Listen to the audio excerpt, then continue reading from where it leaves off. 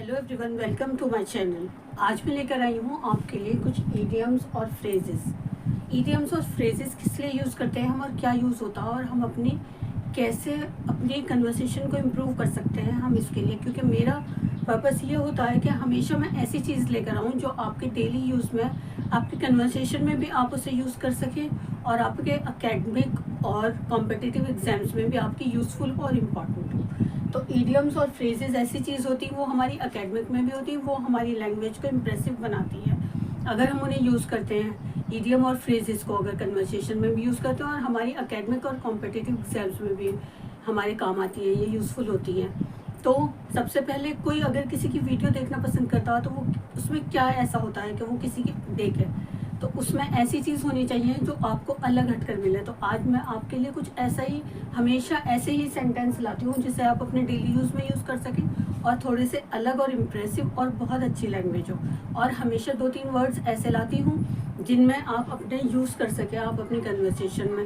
English language क्या होता है, ये एक मोड ऑफ कन्वर्सेशन है, ये एक लैंग्वेज है कि हम अपनी कन्वर्सेशन में कैसा हमारा मूड हो उसे एक्सप्रेस करें।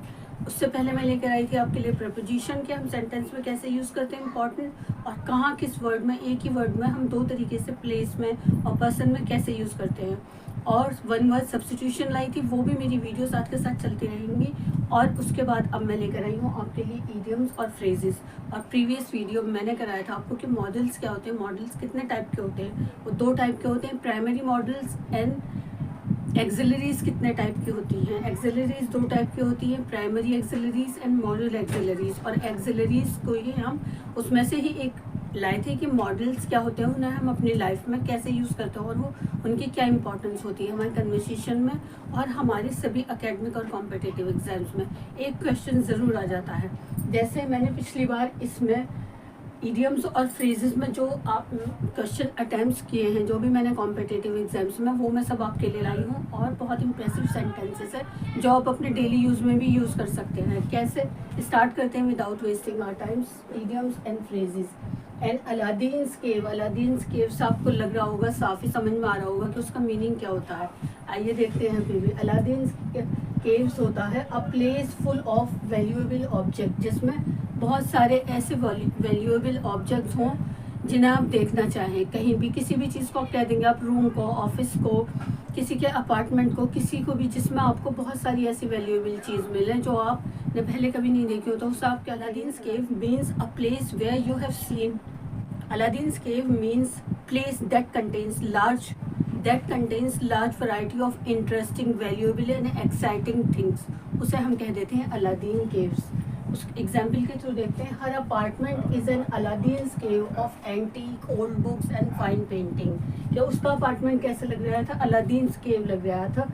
उसमें बहुत सारी एंटीक्स ओल्ड पीसेस थे, ओल्ड बुक्स थी और फाइन पेंटिंग्स थी। तो उसे क्या कह देते हैं हम? अगर आपको किसी का ऑफिस या घर आप अचानक जाना, आपको बहुत अच्छा लगे, तो आप वहाँ पर क्या इडियम यूज़ कर सकते हैं? An Aladdin's cave. Your apartment is look like an Aladdin's cave और your office is look like an Aladdin's केव।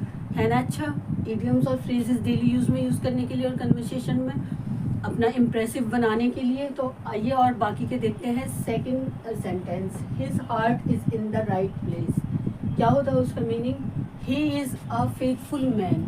एक फेथफुल मैन को हम कह देंगे he is in the right, his heart is in the right place.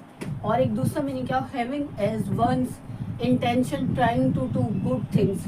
कि उसकी intention मतलब अंदर से उसकी सिर्फ यही इच्छा रहना और उसका दिल करना कि मैं अच्छी चीज़ें करूं, बुरी चीज़ें ना करूं। ऐसे फेथफुल इंसान को हम क्या कहेंगे?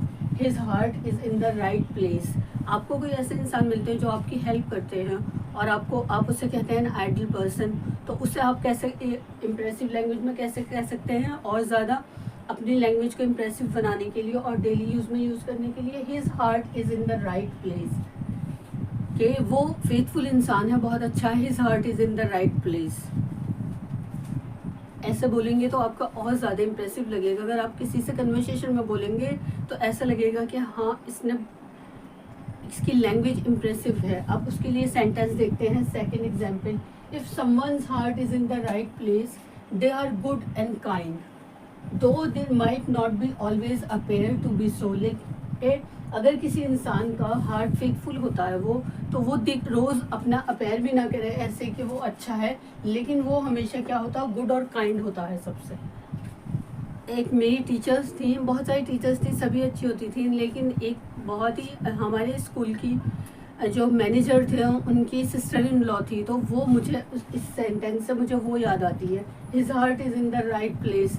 वो मुझे इतना मतलब लाइक करती थी कि लास्ट में सब बच्चों के जाने के बाद चैप्टर अगर मुझे कुछ समझ में नहीं आता तो लास्ट में बैठकर उसके छुट्टी के बाद भी, और मुझे वो समझाती थी बहुत अच्छी तरह। अमिता धारा मैम थी वो, हमारी 7th-8th क्लास में। तो ऐसे ही आपकी लाइफ में भी कोई ना कोई ऐसा पर्सन होगा जिसको his heart is in the right place कहने के लिए दिल करे, तो आप उसे अपनी लैंग्वेज में यूज़ कर सकते हो और कह सकते हो, उसे बहुत अच्छा लगेगा। अगर आज मैम कही होंगी और वो मेरी वीडियो देखेंगी सुनेंगी तो वो मुझे पहचान जाएंगी और उन्हें फील होगा कि हाँ, मैं उन्हें अभी तक मिस करती हूँ, याद करती हूँ। आइए देखते हैं आप थर्ड सेंटेंस। ज़्यादा इमोशन होने की जरूरत नहीं है। Elbow room, enough space in which to move easily और space to move around it। Elbow room किसे कहते हैं कि किसी के घर में काफ़ी स्पेस होना, या रेस्टोरेंट या फिर किसी होटल या स्कूल में अगर बहुत स्पेस है और उसमें enough space in which to move easily और space to move around it,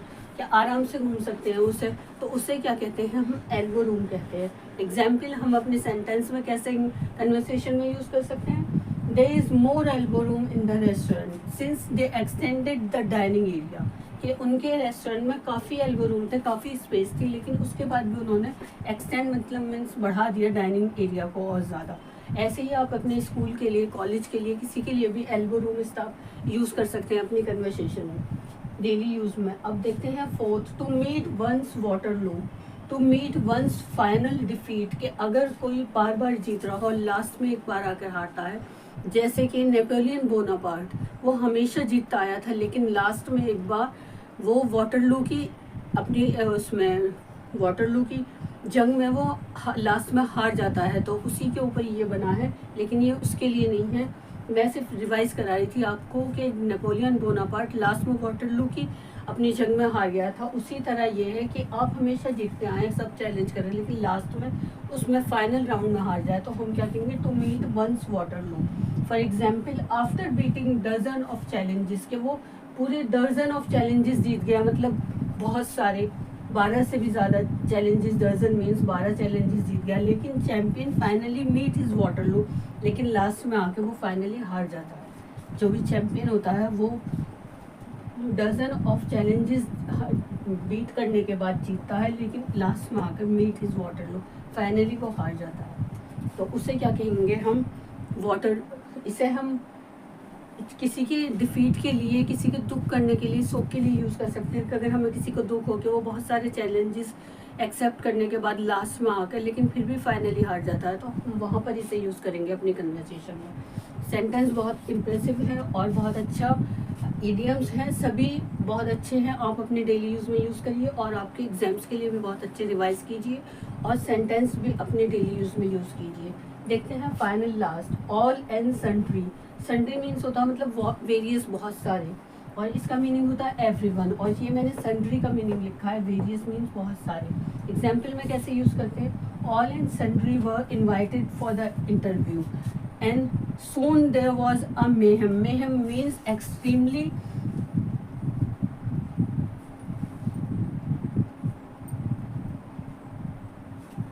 कहीं पर एक्सट्रीमली डिसऑर्डर, कि किसी चीज़ को हम करने चले और वो बहुत बुरी तरह डिसऑर्डर, और वो बुरी तरह डिसऑर्डर हो जाए वहाँ पर, कि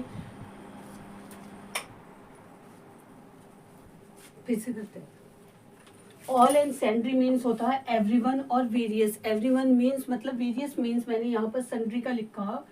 ऑल एंड सैंड्री मीन्स होता है कि मतलब एवरीवन के सभी, कि हम स्कूल में सभी फंक्शन में गए थे और हमने सभी ने इंटरव्यू एनुअल फंक्शन अटेंड किया था, तो हम वहाँ पर क्या यूज़ कर सकते हैं, ऑल एंड सैंड्री अपनी कन्वर्सेशन में। इसका एग्जाम्पल देखते हैं और मीनिंग एवरीवन होता है ऑल एंड सैंड्री। एग्जाम्पल देखते हैं, all and sundry were invited for the interview and soon there was a mayhem. Mayhem means extremely disorder, कि सभी को, एवरीवन को इनवाइट कर लिया इंटरव्यू में और वहाँ थोड़ी देर बाद ही बहुत एक्सट्रीमली डिसऑर्डर हो गया कि बहुत सारे कैंडिडेट्स को इनवाइट कर लिया, एवरीवन, सभी को, क्या कह रहा, ऑफिस के सभी को फिर से वो करने के लिए, परमानेंट करने के लिए, सभी जब वहाँ एम्प्लॉय थे सभी को उन्होंने ऑल एंड सेंडरी इन्वाइटेड कर लिया। और थोड़ी देर बाद वहाँ पर soon there was a mayhem, mayhem means extremely disorder हो गया। तो कहाँ पर हम यूज़ करेंगे ये ऑल एंड सेंडरी? इस तरह के कहीं पर बहुत सारे मेंबर्स को इनवाइट कर लिया जाए और वहाँ पर फिर एकदम एक्सट्रीमली डिसऑर्डर हो जाए, तो उसे हम क्या यूज़ करेंगे? ऑल एंड सेंडरी मीन्स होता है एवरीवन। आपने देखा मेहम, आज हमने कितने नए वर्ड्स सीखे हैं, ऑल एंड सेंडरी, ये सब तो इडियम सीखे हैं। और मेहम आप कहीं भी एक्सट्रीमली डिसऑर्डर के लिए यूज़ कर सकते हैं। आप कहीं यूज़ करेंगे तो सबको लगेगा क्या बोल गया, हमें समझ में नहीं आया। वो डिक्शनरी देखेंगे और गूगल सर्च करेंगे कि देखें इसका मीनिंग क्या होता है।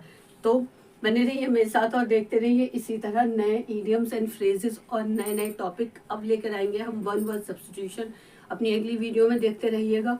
और नए वन वर्ड सब्स्टिट्यूशन जो हमारे एग्जाम्स में आते हैं, क्योंकि कोई भी आप किसी की वीडियो भी क्यों देखेंगे अगर आपको कुछ इंप्रेसिव और कुछ अलग सा लगेगा, तो देखते रहिए और बने रहिए मेरे साथ इडियम्स और फ्रेजेस के साथ। अभी तो thank you for watching my videos, और सब्सक्राइब और बेल आइकन प्रेस कर दीजिए जिससे आपको मेरी आने वाली सभी वीडियोज़ का नोटिफिकेशन मिलता रहे, जिससे आपका कुछ मिस ना हो ये नए नए सेंटेंसेस, और आपके एकेडमिक के लिए भी और कॉम्पिटिटिव एग्जाम्स के लिए भी जो सब इम्पॉर्टेंट है वो। और आपको अगर एक बात और कहती है, अगर आपको मेरा कुछ भी लिखा हुआ है ऐसा लगे कि आपको समझ में नहीं आया, तो आप मुझे कमेंट करके बता सकते हैं। मैं उसको आपके को सेटिस्फैक्ट्री आंसर दूंगी और उसको इम्प्रूव करने की कोशिश करूंगी। आपकी समझ में आता है ये मुझे कमेंट बॉक्स में बताइए, कि कुछ भी ऐसा तो नहीं लगता कि आपको समझ में नहीं आता हो लिखा हुआ। Thank you for watching my videos, और बने रहिए मेरे साथ और देखते रहिए।